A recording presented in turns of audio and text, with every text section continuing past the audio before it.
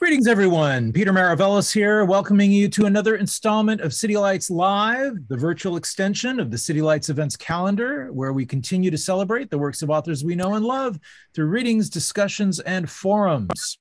I'd like to take this moment at the outset to acknowledge that we are beaming to you from the unceded ancestral homelands of the Ramaytush Ohlone peoples, also known as the San Francisco Bay Area. I'd like to take this moment to offer respect to those who have come before us as stewards of the land.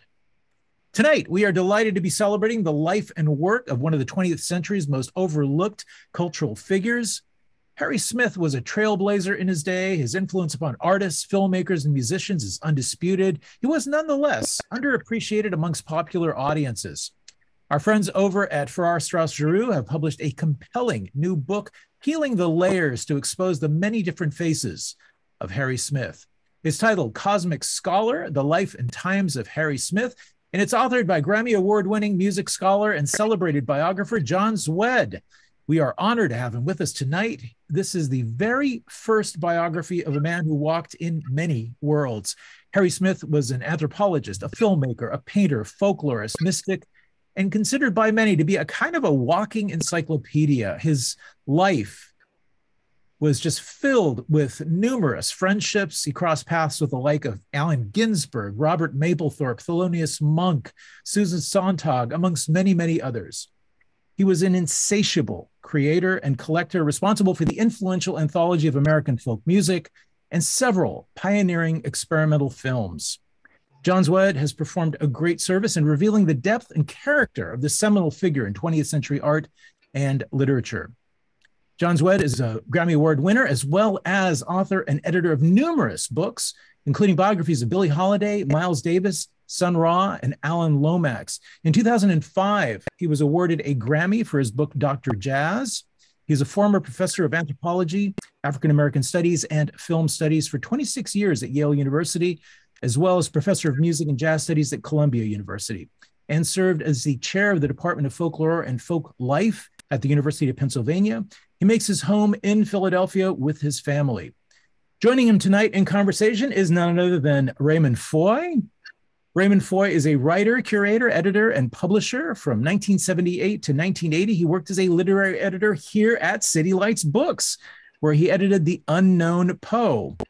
It's great to have him with us. He also edited 2 issues of Beatitude magazine, and together with Francisco Clemente, he founded the influential Hanuman Books. His show, The Heavenly Tree Grows Downward, at the James Cohen Gallery in New York, was the first exhibition to feature the artworks of Harry Smith. He is also currently preparing an edition of Cosmologies, the Naropa Lectures of Harry Smith, to be published in October of 2023. So join us now in offering a warm welcome to John Szwed and Raymond Foye. Gentlemen, welcome to City Lights. Thank you very much. So John, congratulations on a truly fabulous book. It's really like none other, except in some ways it's a lot like your Sun Ra book, Space is the Place. There seem to be a number of similarities between Harry Smith and Sun Ra. They're both very anti-biographical. I mean, Sun Ra denied ever being born. His timeline starts in Egypt and it goes to Saturn with occasional stops in New York and Philadelphia. Did writing Space is the Place prepare you for Cosmic Scholar? So I thought. I mean, I wandered into Sun Ra, basically with thinking I had some kind of connection to him because I was born in the same town that he was born. It's a pretty weak connection, but in the South, maybe it means something. I was living near him, very close to him, a few blocks away from in Philadelphia. That would draw too big a picture of that, but somehow I thought, well, I'll understand something about this guy who, if he was a guy, and that was a mistake already, because he would quickly disabuse you of any kind of human identities, and even trickier, he would change identities. Just as you think you understood one of them, another one popped up. The most famous when he ceased being, I hesitate to even say, he was moving around, let's put it that way. Although he should be a Saturnite by the usual kinds of things. I once asked were you really from Saturn? He said, I never said I was from Saturn. I said, I thought you did. He said, I visited there. I wasn't from there. So, nice distinction. But for sure, he was not saying he was from Birmingham, which was what I was on to at the time. And then at the time when I was getting used to Black Power, 60s, this and that, well, after 60s, but getting my head around that stuff, he suddenly announced himself being part of the angel race, which took me into another dimension and threw it at me so fast I sort of missed the point when he said, the angels are all around you. Haven't you noticed them? I said, well, you know, maybe, I don't know. He said, if you don't see them, it's because they didn't come into the country by Ellis Island. They came into the Commerce Department. Now, I should have been watched how he was moving those identities, but he was keeping part of one in place while he moved into another. At any rate, I'd like to say that I understood Sun Ra because I read all the books he was reading and he suggested. There were, you know, I don't know, 60, 70, whatever. I read everything he had to say and so forth. Now, when I come to Harry, forget about it. I'd never lived long enough to read the books he read or the records he listened to or anything else he did. Yes, there were some similarities and they had some interesting crossovers in taste, but Harry was something else again. I mean, he was the ultimate challenge. At the time, when I started thinking about this, I was thinking about these books about how they never wrote the book, like The Quest for Corvo, a book about a man who the author never found, or even, what else, maybe someone like Jeff Dyer's book on D.H. Lawrence, which is about how he never wrote the book on D.H. Lawrence. I thought maybe I could write a book on not writing the book. It was ridiculous. I can't do that. But I was beginning to feel it was impossible. Well, Harry was somebody who both succeeded and failed at the same time. And I know when you were writing this book and we were in touch throughout the whole process, you were really struggling and constantly saying, I don't understand this guy. I don't know who he is. And I thought that's when you were on the right track. But one of the things you say in your Sun Ra book that I always liked was that you say the strangeness of his music when you first had encountered it came from the lack of context. And that's very much true of Harry as well. I think that we don't yet understand Harry Smith because we don't yet have the context. We don't yet have the tools, the parameters, we're not there yet. He's ahead of us. The context of no context. Yeah, but the similarity between the two of them on that point there, because Sun Ra would change the context instantly. And since you knew Harry, I'm much at a disadvantage of that. By the way, I should say, the problem with the ways that the biography developed, at least in the West, the concept of biography was that the author would know the subject as well as one knew oneself, maybe more so. That was absolutely ridiculous, but you can find writers all the time doing that to the degree that they say she should have known, or she might have done something of it, or they might be aware of, or these weird temporal forms of tense, of speculative tense that they use to cover facts they don't know. So I was always set out to say, I'm not going to, if I can possibly do it, I'm never going to guess at what somebody thought or what's in their head. That means that it plays hell with transitions, with timelines and so on, particularly with both Harry and Sun Ra stipulating that they don't get along with time. They almost said the same thing, time and I don't get along. If you bring those things up, you're walking into a trap. Can you read that passage from beginning in the book where you begin to talk about how you get a handle on Harry in relation to Sun Ra? Sure. Harry, like Sun Ra, frustrated those who wanted to know his life or sought to understand it. Though I thought I'd never again encounter anyone as mysterious and undecipherable as Sun Ra, along came Harry. He once warned an interviewer, now if you'd like to ask any questions regarding specific points, regarding names, dates, places, events, lawsuits, attempted suicides, attempted keeping other people from committing suicide, total lack of identification, the fact that I've not paid my taxes for 40 years, I've never voted, I've never had a driver's license, I only wear clothing that people throw away, I've never been in the army, and I'm always behind on the rent. It's kind of a definition of who he is by all the things he's not, isn't it? Things he's not, yes. Yeah. Let's go back to that first image of Harry at Naropa Institute, where he was shaman in residence. There he is.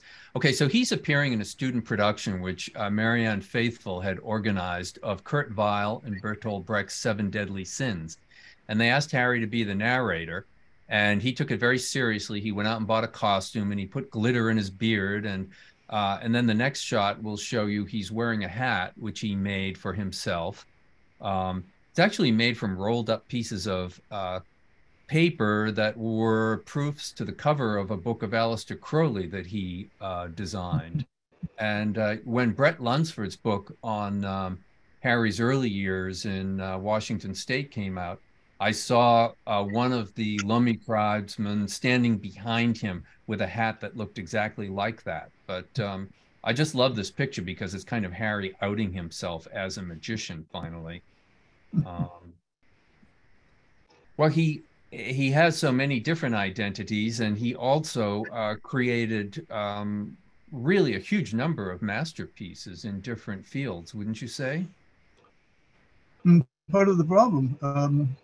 I had some background in film, certainly more than the average background in anthropology and linguistics. Art, I don't know, not really. So I had an edge, and folklore, yes, I knew something about, but the thing is, I had never been impressed. I'm outing myself here. I had never been that impressed with the anthology of American folk music because having been raised in the South, those people were there in effect. I mean, radio was integrated, by the way, in the South, always was. So you'd be tuning across the dial and you're getting black stuff, Indian stuff, who knows what you're getting. Gospel quartets. I remember Hank Williams was long dead, but he was still alive on the radio. So I wasn't as surprised by the voices that everyone else has written about. And it seemed to me a very interesting collection, but not one that would shake people up, except for the fact that it was so strangely contextual. The context of it was weird. It was frankly weird. It was shifting around all over the place. And you might agree with me that some of it is on the edge of mysticism and others is very scholarly. In fact, excruciatingly scholarly. He was doing things no one else would do. Like, for example, I think I took folklore courses at several places, and folklorists and anthropologists who did folklore were not particularly interested in the words, believe it or not. They were interested in the fact that such things were going on, and there were different kinds of voices, but I never once heard anyone talking about murder or stalking or whatever, lynching, things that were in those songs. And, this is not that really far back. Johnny Cash did a music video in which he was actually burying a woman whose name I did not know. How could they not be interested? Harry, on the other hand, is at some points completely interested in that. And he has these sort of telegrams or summaries, which he gives you the whole plot. And it's nakedly there, so-and-so cuts somebody's head off, somebody else is doing something or other. Now that was shocking. That was, in some ways, that's a kind of modernist thing you could find going on in literature at the time, but not in folklore. They just didn't do that. Well, this Harry, he really kind of comes into his own in Berkeley in the 40s, and San Francisco Renaissance often gets all the attention because of Howell and City Lights and a lot of things that happen there. But Berkeley is really the roots of that revolution, isn't it? Yeah. Until he moved to the Fillmore later on, that was most of his time was spent there. And he went there because he thought he was going to start anthropology again. I should say that let's back up a bit. When he was 15, he started traveling on the bus, school bus, with Native American classmates to see what was going on and hanging out. And that seemed, at the time when I first heard about that, I thought, this is not likely. But then I realized that a colleague of mine at Yale, Hal Conklin, had done just the same thing on Long Island. In fact, what happened with him was he was going to powwows at 12 years old and so standing around doing the dances. And sooner or later, someone came up to him and said, did he want to travel with him to some powwows, because he was the only kid his age who was doing these dances. That is, the Native American kids were into something else. So Conklin traveled as a blonde-haired white kid with these Native Americans to their powwows, and there was no problem with that. So I gather that at this point in time, here I'll guess, which is what I don't want to do, a number of technological things were shaking reservations as well as the rest of the world. I'd even include the bicycle on that, which suddenly introduced a kind of every person's liberation machine. But recordings, radios, movies. I spent some time in Newfoundland in the mid-'60s with families who had never seen a movie, who had never had heard a record. It's a different world. And I think that was coming in, and these people were changing. I could actually pinpoint this when Harry goes south to the Everglades and gets involved in the Seminoles. And when I asked the young guy who went with him, I said, so how did that go? He said, well, the older people walked into it, the younger people didn't. I said, why? He said, well, they were growing their hair long, and they'd gotten Beatle boots by mail, and they were listening to Blonde on Blonde, which Harry, of course, related to in other ways, but they had no interest whatsoever in the traditions that were going on at that moment. They may well have done later. That I don't want to insist on that point, but at least that's what I think may have happened. But the idea that they let Harry use the very technology that might be threatening them, which is to say disc cutting recording machines, cameras, whatever he was using, photographs. I think it's fair to say that today's Native Americans find that puzzling. Well, he had a way with people. He could somehow ingratiate himself with just about anybody when he wanted to. He simply identified with human nature more deeply than anybody you'd ever met. And he could wield that in really vicious ways. Like a boxer, he could size somebody up and see their weakness right away, and he could go after them, but usually what he was going after was some kind of social armor or pomposity or something that he felt needed to be torn down. But he could just ingratiate himself with anybody, anywhere. I think it's why people so often called him a magician, and that's really a topic I don't think we can get into here, because it was a very deep and real one for Harry. But people called him a magician because he understood people better than anybody else, and it seemed like magic. He entered these human fields of endeavor. Well, let's put it this way. He spent over a year with Orthodox Jews, recording and so forth. He spent, I can't put the years together, but at least, they say, 6 or 7 years with 3 Native American groups. How many years when he moved from Berkeley to Fillmore? At least 4. Where he was involved in a totally different scene, which was to say filmmakers and painters. Well, 100% African-American jazz scene too, living in these jazz clubs. He had an apartment above Jackson's Nook, living above Bop City. Yeah, and fortunately, we people were still alive who knew him from that scene and said, "Oh yeah, I knew Harry." Harry was a hipster. I mean, in the old sense of the word, he was looking like it. The famous picture of him with the dark glasses standing in front of his drawings. Again, the same thing is, how does he make these? How does he get into these things? This is not something, he can't come in and say with some kind of authority, well, I'm here because of this or that. And you got to say, in all honesty, in what years are we talking about here, 51 maybe, a white man who moves into a totally black neighborhood is trouble for everybody. Is he hiding from the law? Is he a criminal working some kind of a game? Is he the police?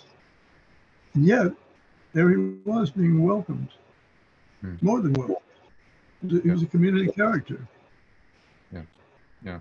Well, at the very end of his life, when Allen Ginsberg, and I think Allen is really kind of the great hero of this book, more than anyone, for his support of Harry and his belief and his faith.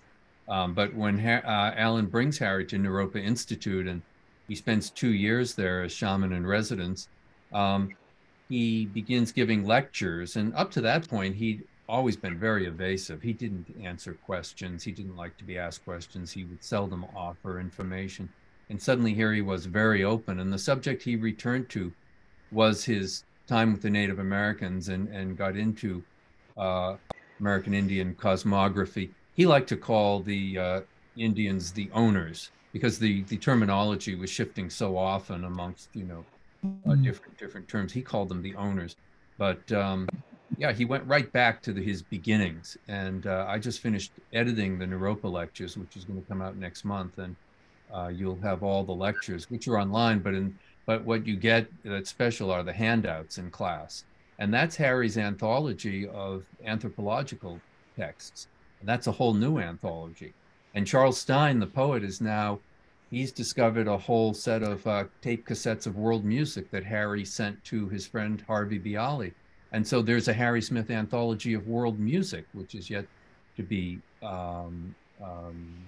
released. And there are just so many bodies of work that are still hidden out there to be found and discovered. I mean, it's quite extraordinary.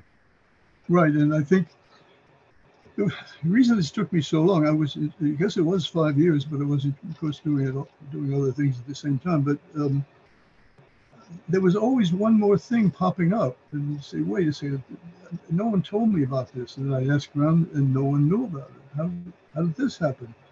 And I got, in the last days when I began to find things like the fact that when he first came to New York, he was moving an extremely high-level company, which I cannot understand as much as I know the details of it. How in the world did he ever get in with a group of millionaires who were operating, what should I say, outside of the ethos of the time? CIA people who feared the Russians had already levitated or something or other, found ways to control minds. Rich people like the only daughter of John Jacob Astor and Mrs. Borden of Borden Milk Products, and on and on.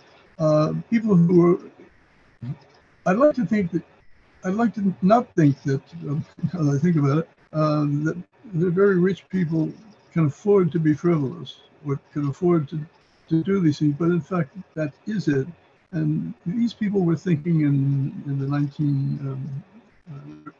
mid-1950s, 1960s, they were thinking that science had failed in some ways, which sort of anticipates things yet to come, and that somehow that people who were pre-scientific already had some of the reality of what should be known. They were echoing sort of 16th century British mysticism and thinking, where the Christians discovered Jewish writings and thought, wow, they were in touch with God. Maybe we could get in touch with God if we did this or that. So these people were investing in this stuff. And what was interesting to me was they already knew that the work that they were investing in had been debunked, and people's careers had been ruined for doing it. Think of things like radiomics, and God knows what they were doing at the time. And Harry stumbles into this. And he was staying people in their mansions and what have you, and at the same time taking handouts. My favorite of which was when he first encountered Miss Astor at the time.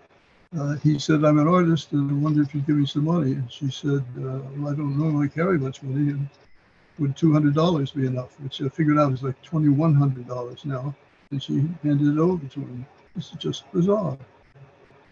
Well, how about the story where he goes to Izzy Young at the Folklore Center to borrow money, to yes, go. to borrow $1 to go to get a cab to Allen Ginsberg, to borrow $5 to get to Peggy Guggenheim, to ask thousands of dollars to go to Florida. Yeah, he really had his own economy. I used to say to him, Harry, it'd be so much easier if you just got a real job. You know, this is so much work, bumming all this money. And of course, at his funeral, everybody showed up who didn't know each other, and he had all these different lives. And I just thought it was because he didn't want people knowing that he was borrowing money from everybody. You know, if they got together, they'd be comparing notes on him.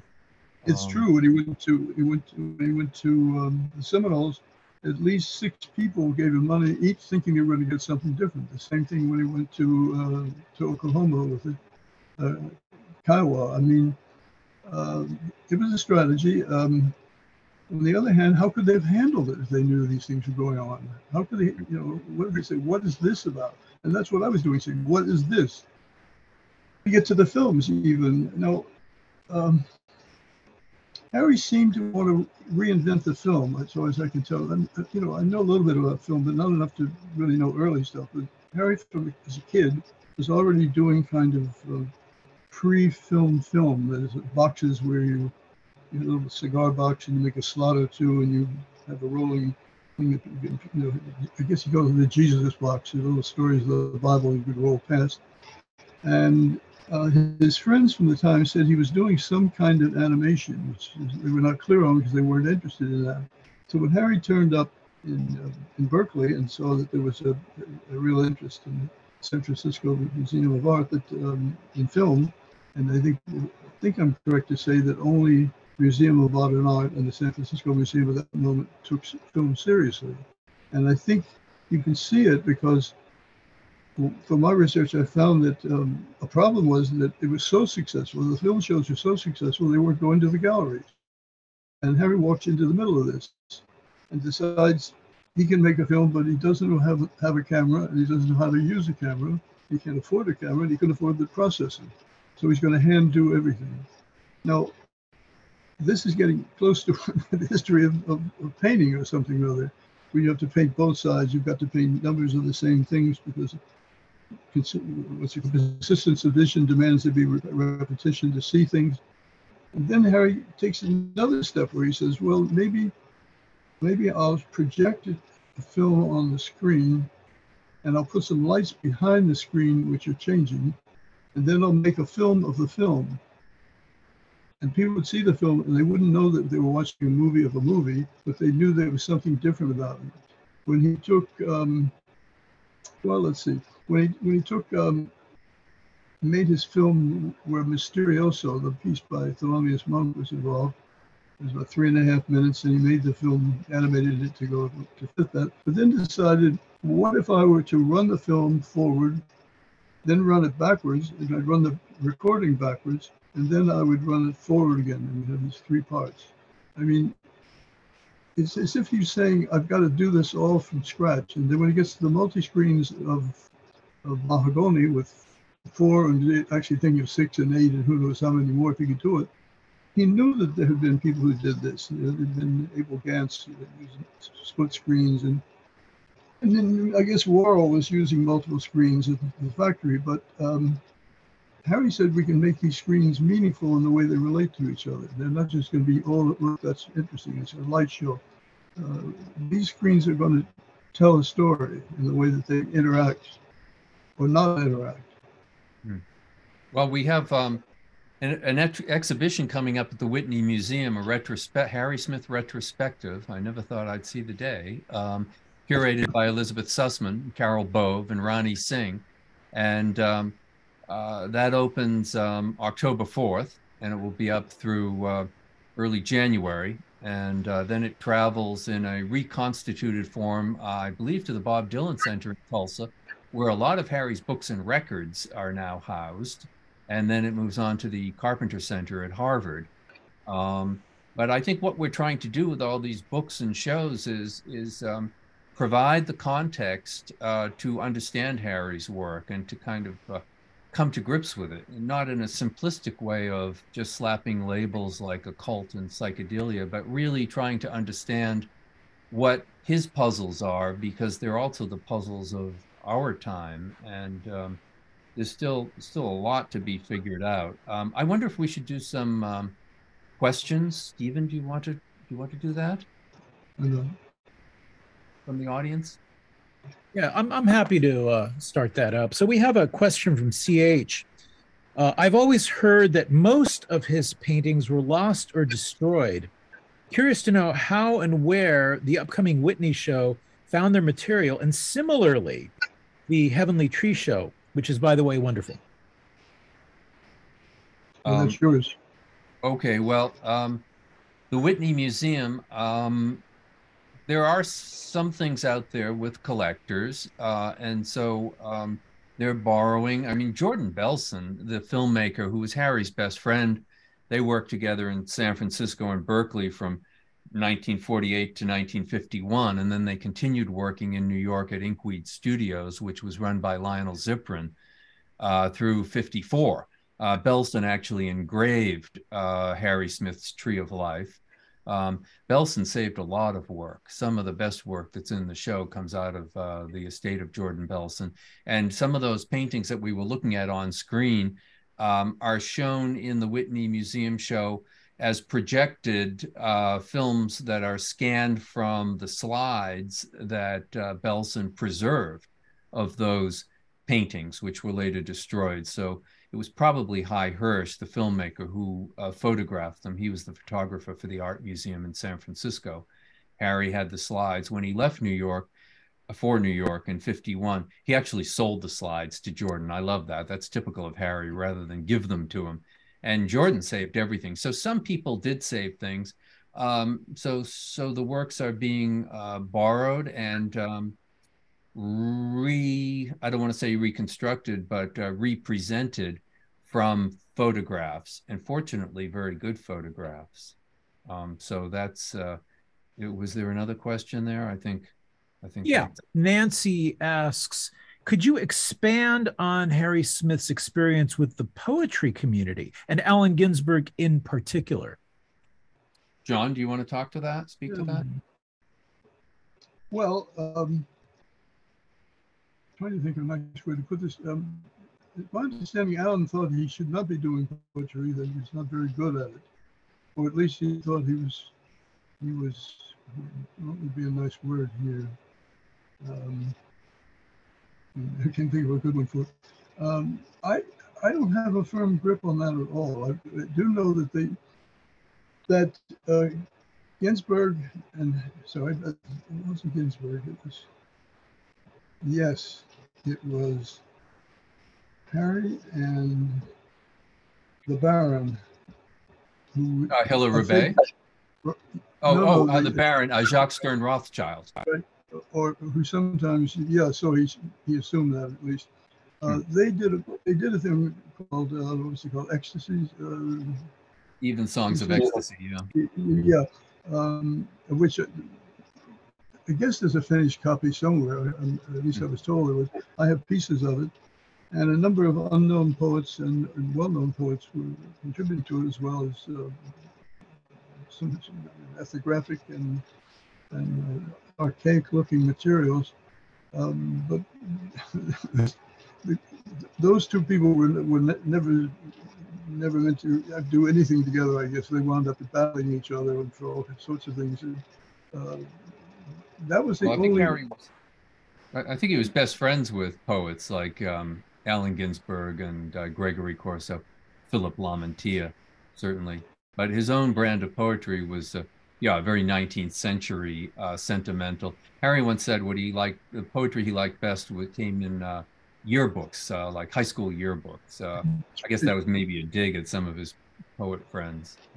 But that photograph of Harry in the cape and the hat at Naropa, what he did in Seven Deadly Sins was he played the role of the narrator, the commentator, the Greek chorus, and he improvised the whole evening in rhymed couplets. And it was extraordinary to see the way it all just came out of him. In a way, he could do anything if he wanted to, But, until he figured out it was easy to do, and then he moved on. Yes. Stephen, another question? So, can you comment on the working relationship Harry Smith had with John Cohen, the photographer and member of the New Lost City Ramblers? Yes, they were, involved in a number of things together when Harry was drawn together by their interest in folk music. But I was shocked then when I asked John, when you created the Friends of Old Time Music in New York, where they found many of the people who were in Harry's original recordings, what did Harry have to say to these people? Now, I already knew what the problem was in New York because some of the people who were these legendary, almost ghostly figures were showing up either in blackface or as vaudevillians, or in one case as a rockabilly. So, as they put it shyly, how do we instruct them in the protocol of acting like they were once when they're not making a living doing that anymore? So I said, well, what did Harry do? He said, Harry never went to any of the concerts. I said, well, he met with them? No. I said, well, how could he do that? He said he was going to jazz clubs. He was hanging out with Monk and Percy Heath and Dizzy and so forth. And he did come back to that at one point in a kind of double statement where he said, the work I did is really not relevant, etc. And then he turns around and says, but I wouldn't be fair to myself to say it really didn't matter. It really did matter. So he has it both ways. But he really did lose interest in folk music. Yes, that's true. Except for, I want to add this, that he had a couple more projects that never got done. And one of them that would have been really significant was the shape note singing set, which would have been 3 LPs, much like the original one. And there were some of those shape note things are on the original one. He wanted to do a whole bunch of them. Now, he was driven by shape note singing. It was a sort of New England thing for people who didn't read music. You read the shapes of the things and they were put on staves, but you didn't pay attention to the lines. You just went with it. And the way you sang was they'd agree on certain people doing certain levels of stuff, and then they would slowly get together without words, put the pieces together, then start adding words to it. So it's a do-it-yourself kind of thing. It was done outdoors rather than in churches, although much of it was religious. It was also often drawn from very secular sources. They just changed the words to it. So I was fascinated with that. And then he got the idea, because you only find a few samples of African-American shape note singing, that there must have been more. And I found his notes to this, and he had the things picked out. He said, we're talking about the Great Awakening year, where there were black people going to white gatherings and tent services and so forth. And there was active recruiting of blacks to Christianity. So Harry gets the idea that he hears in those songs really African and Afro-American influence. And that's what he was going to do with this set.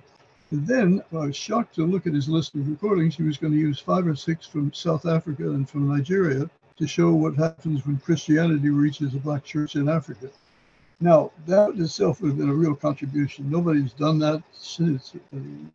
With the more Harry problems tied together with Folkways Records, where they misplaced the originals on it.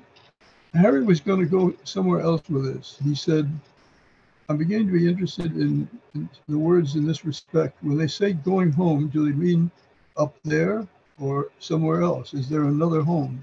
And when they talk about being high in the sky, are they high from CO2 deprivation or something? The singers in the process actually become high on the stuff. And then he's going through, little phrases he pulled out. What does work mean in this song? What does that?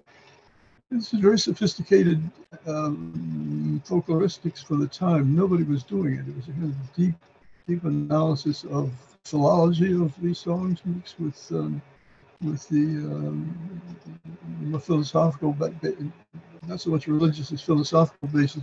I think this would be a great album. And I'm sorry that the Smithsonian hasn't seen it worthy to bring these things back. It'll probably turn up. I remember when Harry was working on that box set of shape note singing, and you mentioned philology. Right next to the tapes, he's got the collected works of Roman Jakobson. I mean, he was deep into linguistic theory.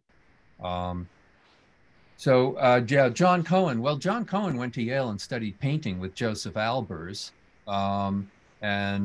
He wasn't just an expert on American traditional music. He was an expert on Peruvian music, expert on Quipo, the language of knots that are used in Peru.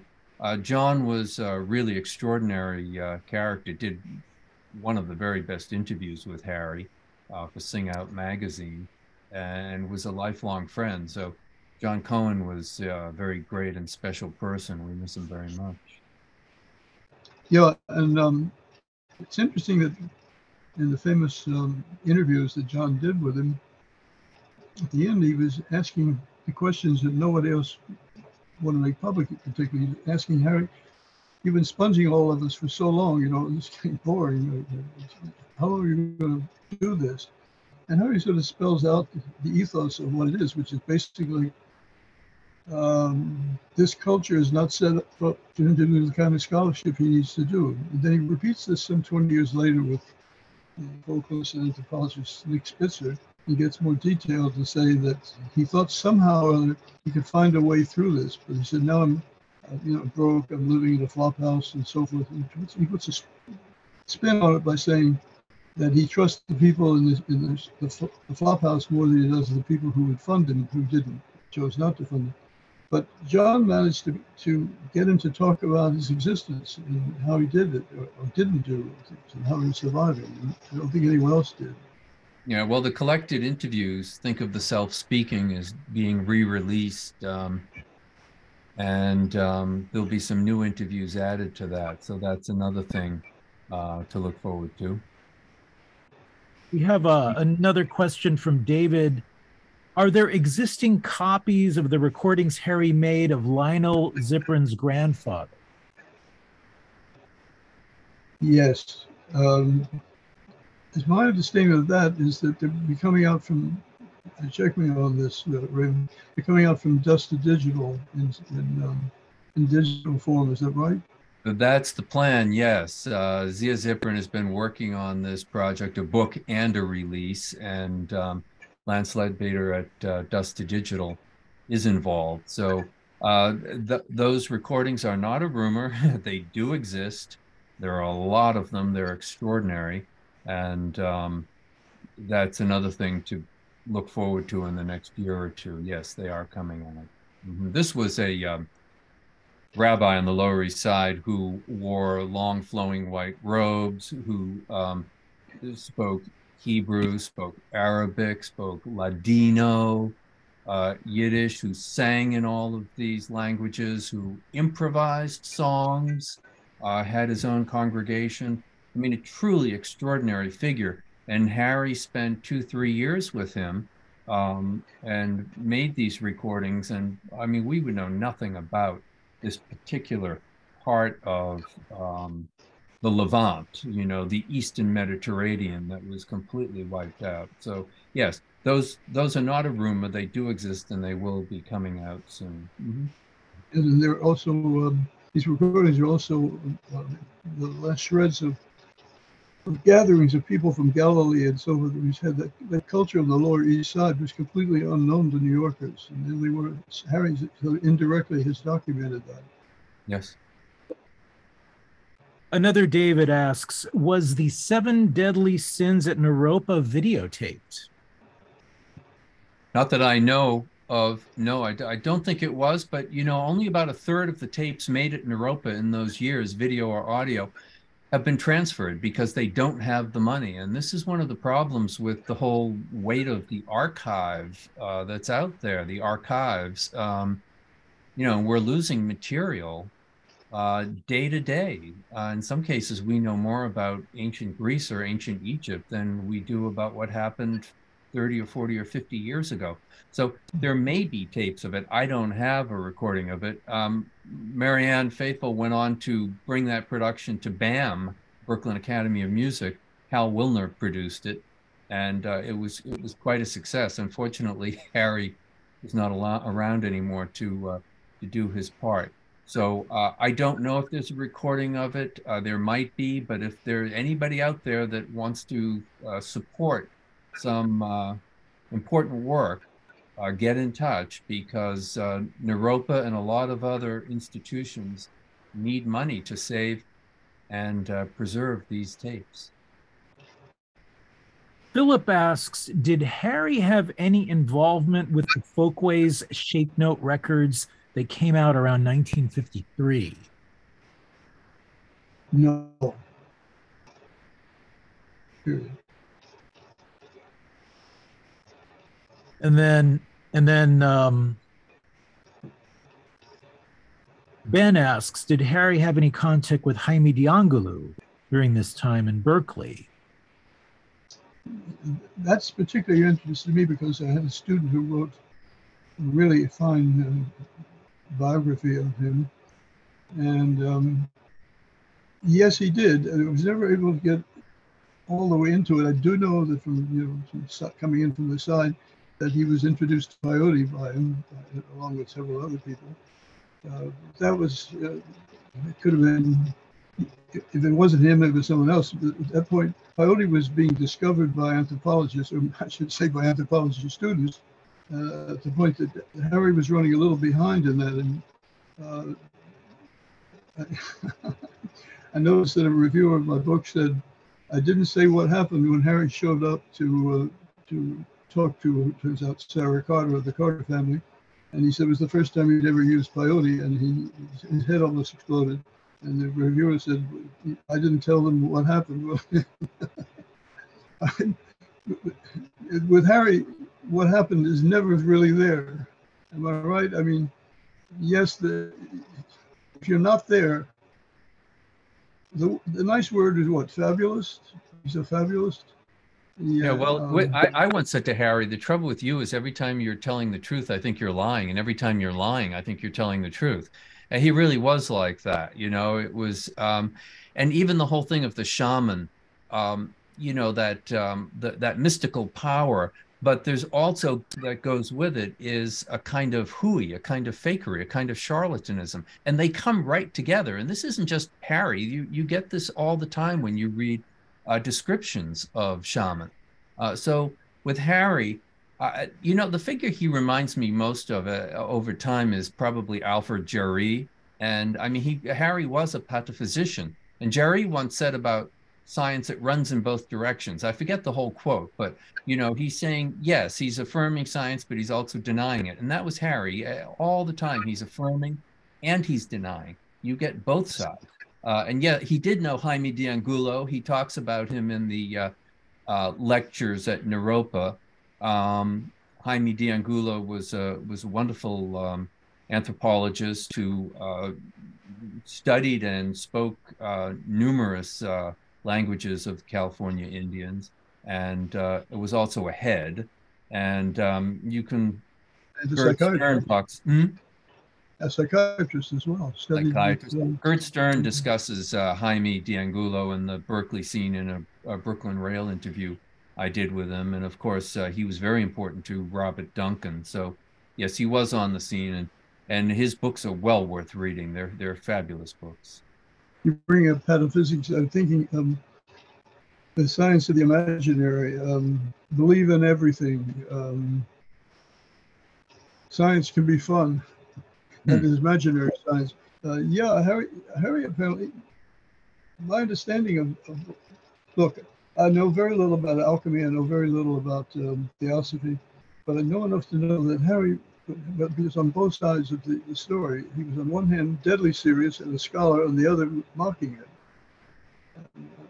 I found lots of evidence that, in fact, it was becoming boring to repeat it. I left it out. He would, show up at some meeting and he would be talking very seriously about his profound matters, and then 2 days later say, why was I wasting my time with that, or why are you wasting your time asking me about that, and so forth. I mean, Harry, I'm thinking, my favorite, this is not quite the same, but he was at one of the New York film festivals, and people were bemoaning the fact that some of his films were lost, and he said, it'd be a waste of money trying to restore them when you could invest the money in sound, what the hell they call it, space travel things, so that you could reclaim them in space, much cheaper than trying to redo it on Earth. A time machine, that's what I wanted. But you know, these photographs of Harry by Allen Ginsberg, and there are a lot of them, they're really extraordinary. I've been going through all the contact sheets recently and looking at them, and you really can see the magical intent that this guy has in those photographs, in many of them. I mean, it's extraordinary, the presence that comes through in those photos. But Harry didn't like anything when it became an orthodoxy. And one time, he went to some kind of occult ceremony. I think it was an OTO ceremony, and he was with his friend Charles Compo. And Charles was bored, and so he was hanging out in the hallway, and he was with his girlfriend, and they were teenagers, and they were making out. And at one point, Harry came out from the ceremony to see what Charles was up to. And when he saw Charles and his girlfriend making out at the other end of the hallway, he turned to me and said, "That's what they're supposed to be doing in there," meaning the occultists.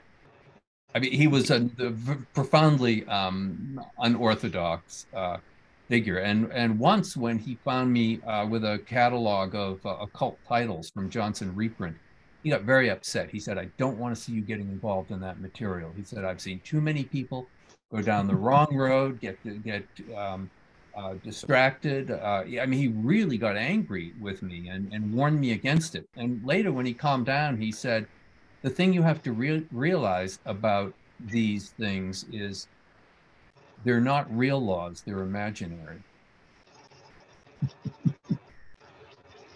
That's beautiful. And I'm so glad that pataphysics came up in all of this. I was actually ready to ask something, but this is fantastic. We're coming up on the hour. Raymond, is there anything you want to ask or maybe treat before we sign off? Just that people not try to understand Harry too easily or too quickly. To really take time with him and you know, think about the questions he's asking, and not try to commodify him or to slap labels on him, but really look at the work and think about it on your own terms. And you know, theory's fine, but have your own theories as well, and just kind of just keep looking and keep an open mind. That's what Harry was all about. And read John's book, because John's book, I'm telling you, not only is it incredibly well written, it's one of the funniest books I've ever read in my life. I mean, it's a laugh a minute. Harry was a truly funny person. I mean, John recounts this story that I was just talking about today with Francesco Clemente, where I took Henry Geldzahler to see a painting of Harry's because Harry wanted to sell it, and he was asking $100,000. And Henry was very blunt with people, and he said to Harry, "You'd have to be dead to get $100,000 for that painting." And there's a pause, and Harry said, "Well, I'm half dead. Can I get 50,000?" You know, he was like the funniest comedian you ever met. So the book is truly entertaining and informative and stimulating. So read the book. And I would like to say something that's coming home to me more since I'm now reading the book myself, is that the one thing about which he was not lighthearted, in which he was not duplicitous or toying with people or making up things, was Native Americans. He was deadly serious. And that was whether this is a guy who never revealed what he was doing with it. And this is the opposite of anthropology, which is you go out there, it used to be called the cultural dope. You act like a child and say, "Gee, what is this? Tell me about this. What do these words mean?" Harry's doing all that stuff, and as a kid he was doing it. He was making up, you know, long lexicons of Indian words for this and that, paintings, dances. He was making up his own system for recording dance on paper, which is a hopeless job. You know, only the ballet people ever seem to get away with it. Harry did all this things with great seriousness. There's no joking. He doesn't give you any secret insights. He was watching things that were not only secret, but they were illegal by American law. And every time he winds up among Native Americans, he treats them with enormous respect and they respond in kind. A lesson for people who think all you have to do is walk in and say, "Hey, I'm here to learn something."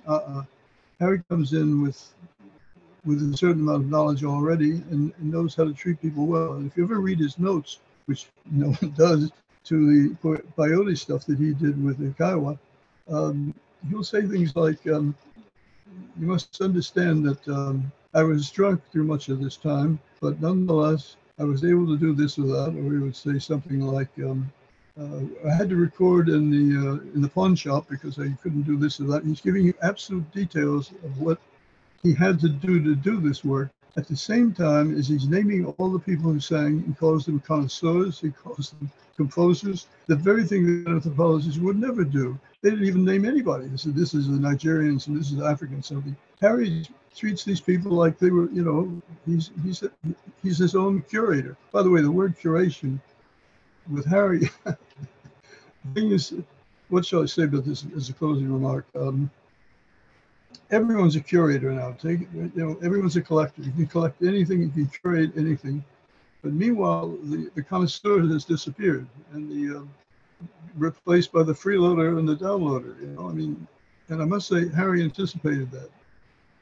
Well, Harry was also behaved this way toward women, children, animals. Yeah, and you know, there's still so much Harry Smith material out there in the Getty Research Institute, thanks to Ronnie Singh and the Harry Smith Archives. And John Klaxman at Anthology Film Archives is doing an extraordinary job of restoring films, including he's working right now on the multiple superimpositions, which was never a favorite film of mine until I saw the restored version, and it's absolute eye-opener. It's one of the most beautiful films I've ever seen. So there are still many collections that are out there, and all those thousands of hours of tapes that he made in later years, which he referred to as movies for the blind. And so that's material for people to get into and to collaborate with him, to do something with that. He would love that. So we got to keep his work going. Well, there is so much more we could be talking about. This is a very deep rabbit hole, but I'd like to thank you both for this very, very rich, very compelling portrait of Harry. And John Szwed, thank you for this great service you performed, and congratulations for this remarkable book. Raymond Foye, thank you for doing the honors tonight. We hopefully will get you back in our orbit sometime sooner than later. Very appreciative about this. And also want to remind everyone, I've posted links with which you may purchase copies of Cosmic Scholar. Better yet, if you're in the hood, come on down, browse our stacks. We're located in San Francisco's historic North Beach district. We're open 7 days a week from 10 a.m. to 10 p.m. now. We're slowly getting back to our pre-pandemic hours. Tonight's event has been made possible by support from the City Lights Foundation, continuing the legacy of our founder, the late Lawrence Ferlinghetti, through public events like this one, our publishing program, and educational outreach, all dedicated to sustaining a vibrant community of readers, writers, and independent thinkers. So long, everyone. Thank you. Take care. We hope to see you all again soon. Thank you. Long live Harry Smith.